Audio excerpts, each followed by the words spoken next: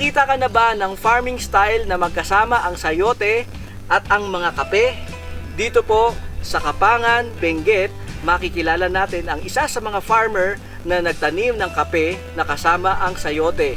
Under the sayote, tinatamnan nila ng coffee dahil dito sa Sagubo, yung climate dito maganda kaya tamang-tama sa kape. Gaano kalawak ang inyong lupain dito na nataniman na ng kape at na may sayote?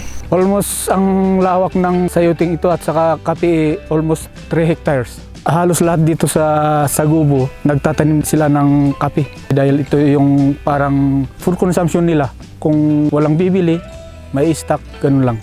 2 hits combo, ika nga, may kita ka na sa kape, may kita ka pa sa sayote. This episode, matututunan natin ang pamamaraan ng sayote at kape dito sa Agri sa Agri.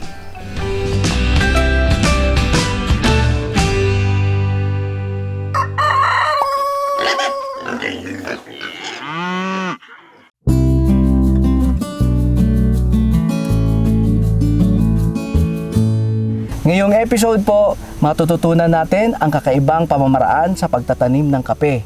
Ang kape daw po ay kailangan din ng shade. Kaya dito sa Benguet, anong pangalan po ng barangay? Barangay Sagubo. Ayan, kasama po natin si Sir Dave. Nagawa po nilang magtanim ng kape na ang sa ibabaw naman ay meron ding mga sayote. Anong year lang na-introduce yung pagsasama ng kape? Almost 2005 ata yun. 2005. Matagal-tagal na din po. Almost 15 years kasi yung mga farmer di sabay-sabay kaya Unti-unti lang na-introduce. Hanggang sa nag-bloom yung kape dito sa under the sayote. Ayan. So ito po, magbabahagi si Sir Dave kung paano nila ini-introduce, kung paano po ito makakatulong sa kanila na ang ating mga farmer ay may dalawang produce, may kape ka na, may sayote ka pa.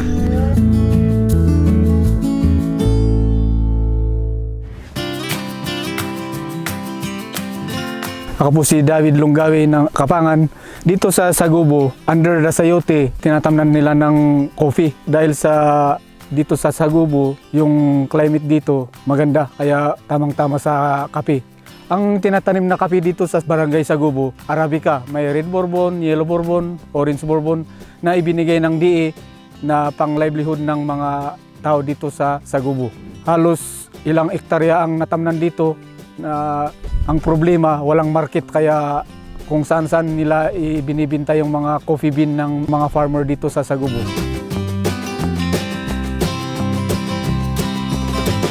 Dito sa aming kinatatayuan, bundok ito, Slopey Mountain, pwedeng yung kape dito nasa eksaktong elevation. Hindi lang dito sa Sagubo ang may kape, halos sa ibang barangay din, may kape din na coffee growers doon. Kaya yung isang tonelada pwedeng may produce namin dito sa Kapangan.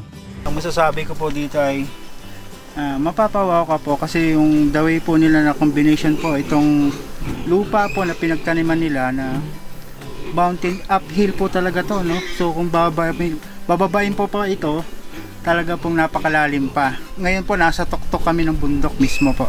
Ang kape kasi kailangan din ang konting shade. At saka sa under ng sayote, kung nag-aabono ang mga farmer ng sayote, hindi kaya aabono din ang puno ng kape. Ang sayote binabagsak din sa trading post sa Trinidad. Yung kape, may mga ahinti din na pumupunta dito, may lower price na parang nagkukunti sila ng pagbili ng kape dito dahil maganda ang kuwan ng kape dito sa Sagubo.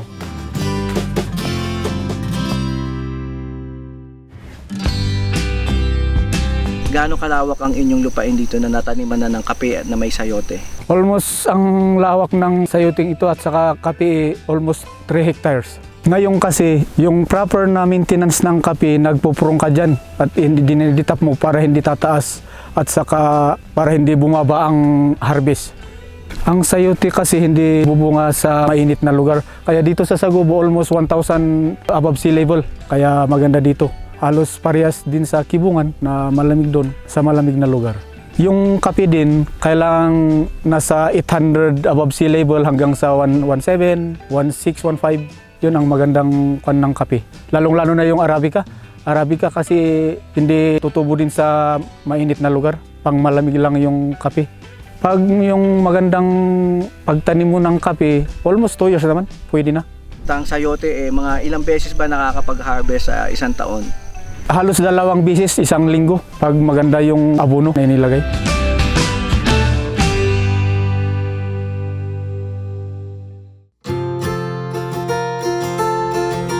Halos lahat dito sa Sagubo, nagtatanim sila ng kape. Dahil ito yung parang food consumption nila. Kung walang bibili, may stock, ganun lang.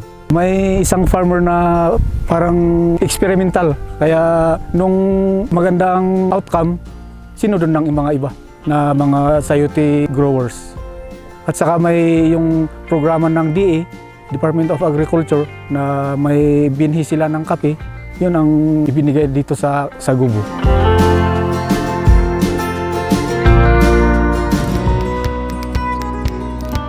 Ang kape binigay ng Department of Agriculture dito, almost thousands na seedlings. Ang mahirap dito yung pag-maintenance sa kape, kailangan ding may abono sa simula para after 2 years, bubunga na. Ang ginagamit namin dito yung mga chicken manure, kukumpos muna bago i-abono. Sa sayote naman, kung mabilisan, yung commercial fertilizer ang gagamitin para mas madaling bubunga, lalago, para may ma-harvest na sayote. Yung sayote naman, yung bunga, yun ang mature na yung bunga, yun ang ilalagay sa lagyan ng abono din para yung lalago agad. So pag nagtanim ng sayote, mga ilang buwan pa o taon bago ito mamunga? 3 months. Ay mahirap Kung sa umpisa pa lang maglinis-linis ka, bantayan mo ng ilang buwan at saka bubunga. At tatagal ang puno ng ilang taon bago palitan? Halos 1 taon, 2 taon. Kaya palit agad para tuloy-tuloy ang mag-harvest ng production ng sayote. Ngayon halos bumaba ng 10 pesos, 15 pesos, ganun, 20 pesos. Depende naman sa traders Sila yung parang humahawak ng presyo Dapat punta sa ng 40 pesos per kilo para sulit yung labor ng mga tauhan mo, saka yung abono. Dahil alam natin na ang abono ngayon almost 2,000 plus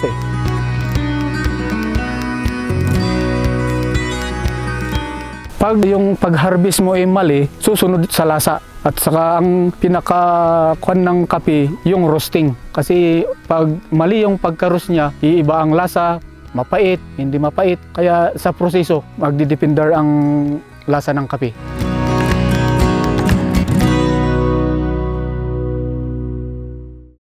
Kaping-kape.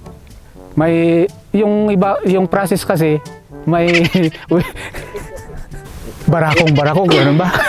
Sigas. May pagka jackfruit, pagka juicy. Mag-iisip muna ako. Yung Farm to Cup kasi, isang organization ito na ng Farm to Cup Philippines. Ang concept ng Farm to Cup is yung kape locally consumed, na hindi tayo kukuha sa ibang bansa dahil mayroon ng kape dito sa Benguet. Sample dito sa Kapangan, maraming kape dito sa Kapangan, pero yung dahil lang sa walang market, kaya pinabayaan niya ng mga kape. Kaya tumaas ang mga kape, kailangan din may rejuvenate ang mga kape ngayon, lalong-lalo na may market na tayo ng kape.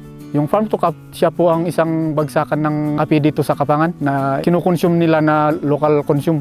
Ang bagsakan ng kape ng Farm to Cup, nasa SLU Baguio Hospital, siya ang isang bagsakan ng kape dito sa Kapangan, lalong-lalo na dito sa Sagubo, at saka sa Farm to Cup, nasa rin sa La Trinidad.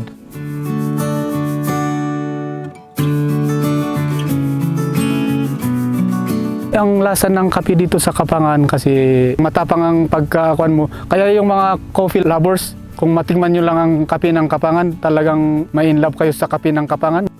Kung kaming mga coffee lover, kahit hindi asukalan, pwede na. May tamis at pait, parang hindi mo makalimutan. Talagang iba yung kape dito kaysa imported or yung mga 5-in-1, 3-in-1. Dahil malalasahan mong yung aroma ng kape. Natural na lasa.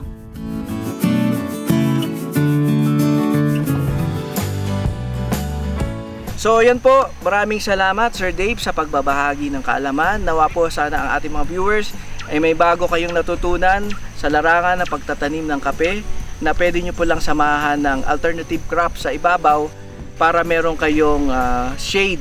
Meron ka ng shade, meron ka pang iba pang produkto. Tangkilikin natin ang produktong Pilipino. Nasa description po, kung gusto nyo pong bumili ng napakasarap na kape ni Sir Dave, pwede na rin po siyang isama kung talagang gusto nyo ng mas makisig pa. Meron ka ng kape, meron ka pang Sir Dave na makisig. Pwede ba? At Sir Dave, agree ka ba sa agree? Agree sa agree. Ayan.